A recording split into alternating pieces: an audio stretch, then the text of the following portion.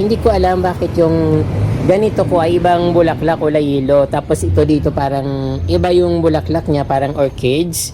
Ang sarap magkaroon ng kalamansi sa garden kasi mabango siya. Tapos pag kailangan mo ng kalamansi, may pipigaan ka, lalagay mo sa tuyo. Mas maganda talaga kapromdi kapag naarawan yung mga bromeliads. I think isang variety lang ito. Alam ko mabango bulaklak nito. So hindi siya mabango.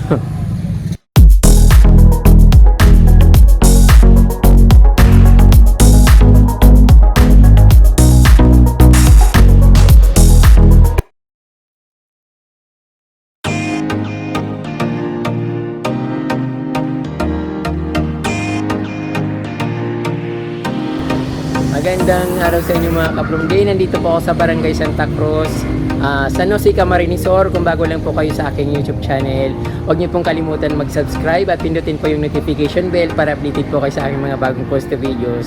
So ngayon kapromdi, ang ipapakita ko po ay isang playground, garden na playground ng isang may kayang pamilya dito sa amin, dito sa aming bayan. So palagi ko po itong nakikita yung garden na ito kasi ang lawak ng garden nila. At pag napaparan ako dito, napapatingin ako dito o napapalingon kahit nakamotor ako, palagi akong tumitingin dito sa lugar na ito kasi parang ayun, pag nakikita ko, masaya ako pag nakakita ko ng garden, mga malawak, maraming iba't ibang kulay na halaman. Kaya ito kapromdi ipapakita ko sa inyo, at mayroon din silang parang kubo na laruan ng mga bata. So dito pa lang kapromdi makikita nyo na kagad yung napakagandang setting ng kanilang halaman.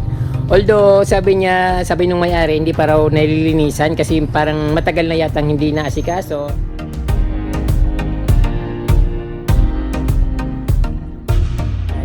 At syempre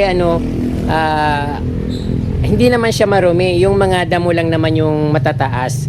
So wala naman mga basura, makikita dito mga dahon ng halaman, siyempre makukulay. So ang naunang makikita dito, ito kapromdi, hindi ko alam bakit yung ganito ko ay ibang bulaklak o layilo. Tapos ito dito parang iba yung bulaklak niya, parang orchids. Ayun. So ground orchid siguro ito mga kapromdi, hindi siya familiar sa akin kasi first time kong makakita ng ganitong halaman. Then syempre nandito yung violet na plants,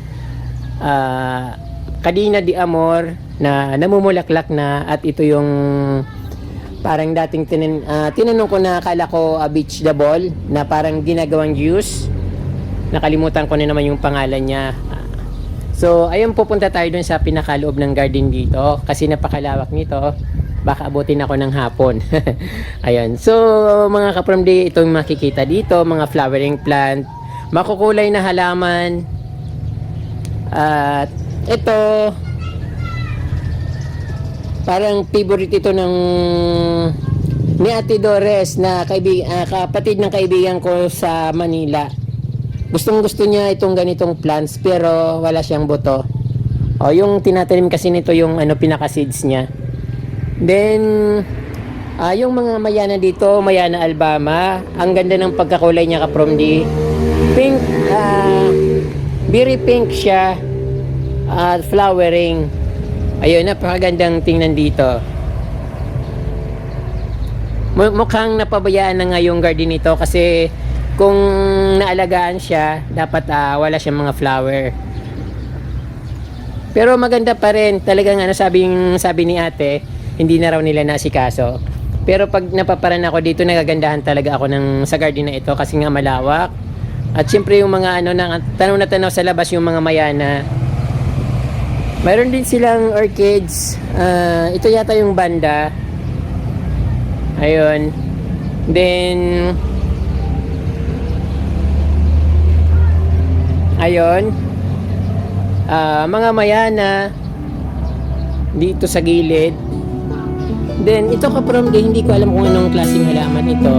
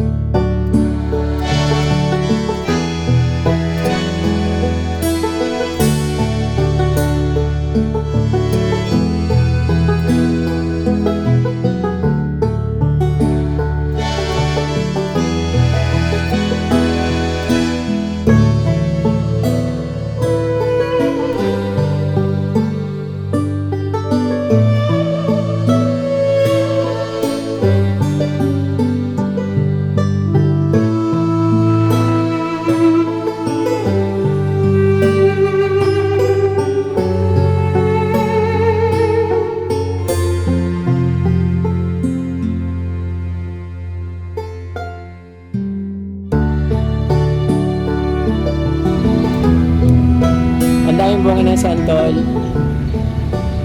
Ito yung tinatawag na Bangkok mga kapromdi kasi ang lalaki ng bunga niya. So napakatamis ng santol na ito.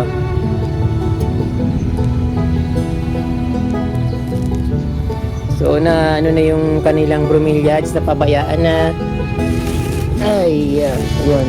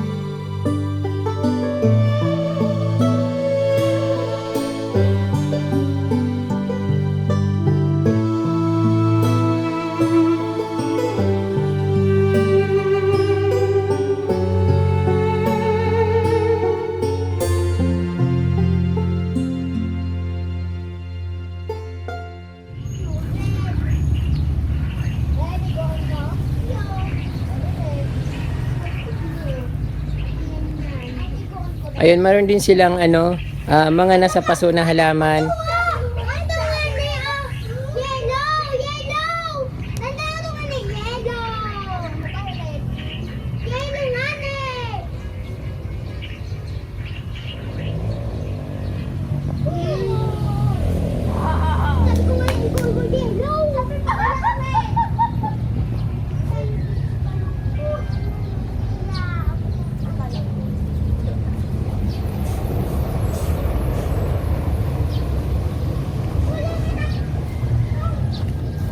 Meron din silang mga kalamansi dito at may mga bunga na. Ang sarap magkaroon ng kalamansi sa garden kasi mabango siya. Tapos pag kailangan mo ng kalamansi, may pipigaan ka, ilalagay mo sa tuyo, tuyo na may sili, tapos may kalamansi sa usawan ng inihaw or piniritong isda. Ang sarap. Tapos pwede rin siyang pangasim sa mga sinigang. Ayun, magaling ako magsigang. Kalamansi lang yung nilalagay.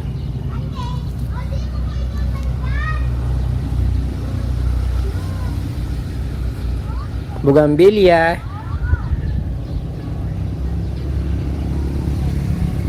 Ayun. Ang daming bunga ng kalamansi dito. So actually mga kapromdi, napakalawak ng ng kanilang compound, puro kalamansi. Kaya lang dito lang ako sa bandang bungad.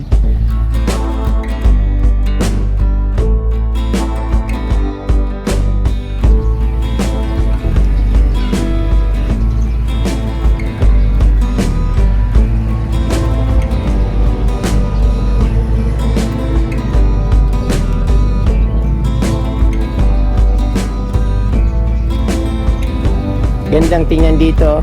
May kubo, anahaw yung bubong niya. Tapos sa likod mayroon buko na kulay orange yung bunga niya. Then maraming gumamela, papaya, mga variegated na gumamela at syempre may mga niyog.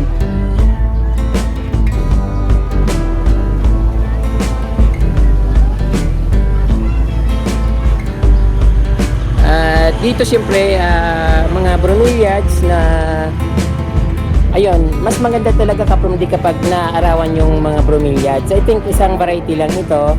Kaya lang yung nasa ilalim ng puno, itong nakikita dito, yung nasa ilalim ng puno, medyo siya, kulay green.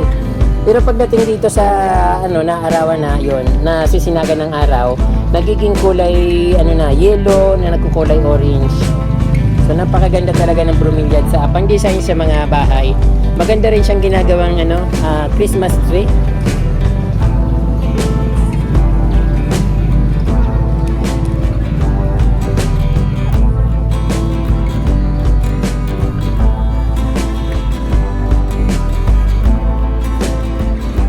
Then dito naman sa gilid may rosal, puti na rosal. Mga old old plants yung rosal kasi bata pa ako mayroon ng ganon, parang yun yung mga halaman dito sa sa amin, yung rosal. Pero mabango yung bulaklak niya, kaya Parang sampagita rin yung ano amoy.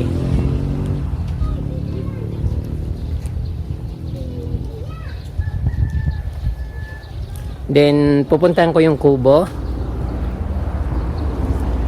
So nandito yung mga bata kanina, so hindi pumunta para hindi sila manat sa paglaro.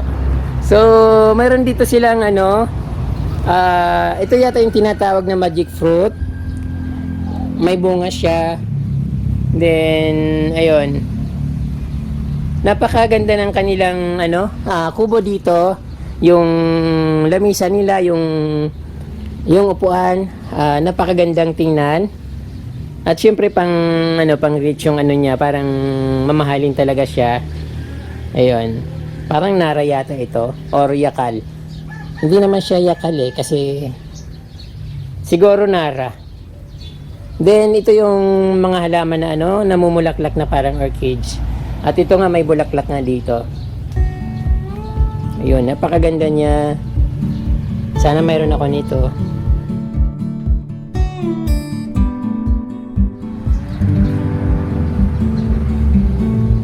Then dito, ito nga yung ano nila na ano, napabayaan na. Mayroon sila mga hanging plants dito. Ang nakalagay dito, kala ko hindi puto. Ano ito, kapamdi, peperomia, na hanging peperomia. Pero parang napabayaan na nga, yung puro damo na lang yung natitira. Pero siguro pag ano nilinis na at inilagaan ulit, babalik siya ulit sa ano, magbulong ulit yung mga ano, peperomia na hanging peperomia. Then dito, ano kayang ano to? Hindi siya mabango. White flower. Then to, baka ano ko ng niyog dito sa ilalim. Then santans na ano, pula na malalaki. So hanggang doon mga kaprom di mga kalamansi, hindi ko na pupuntahan doon. At syempre parang may alaga din yata sila mga manok kasi meron silang bahay ng mga manok na nakalagay.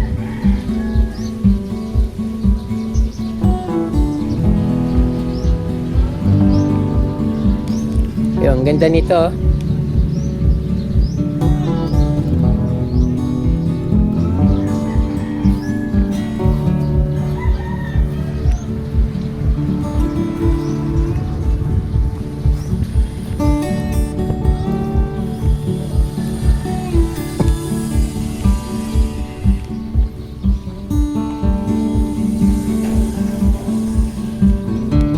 At sa gilid ng kanilang bahay kapromdi, ito rin yung halaman nila.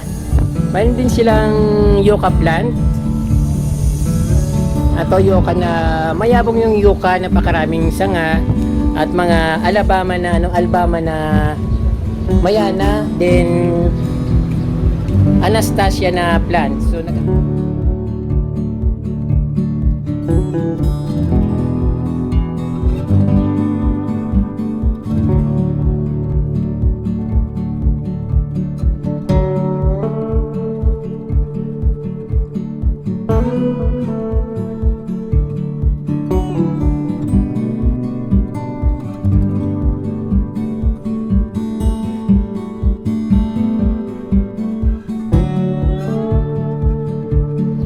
at yung African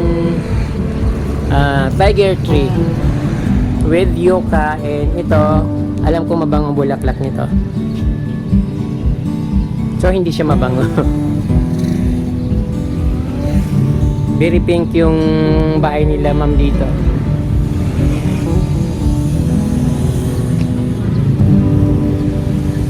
So napakalawak.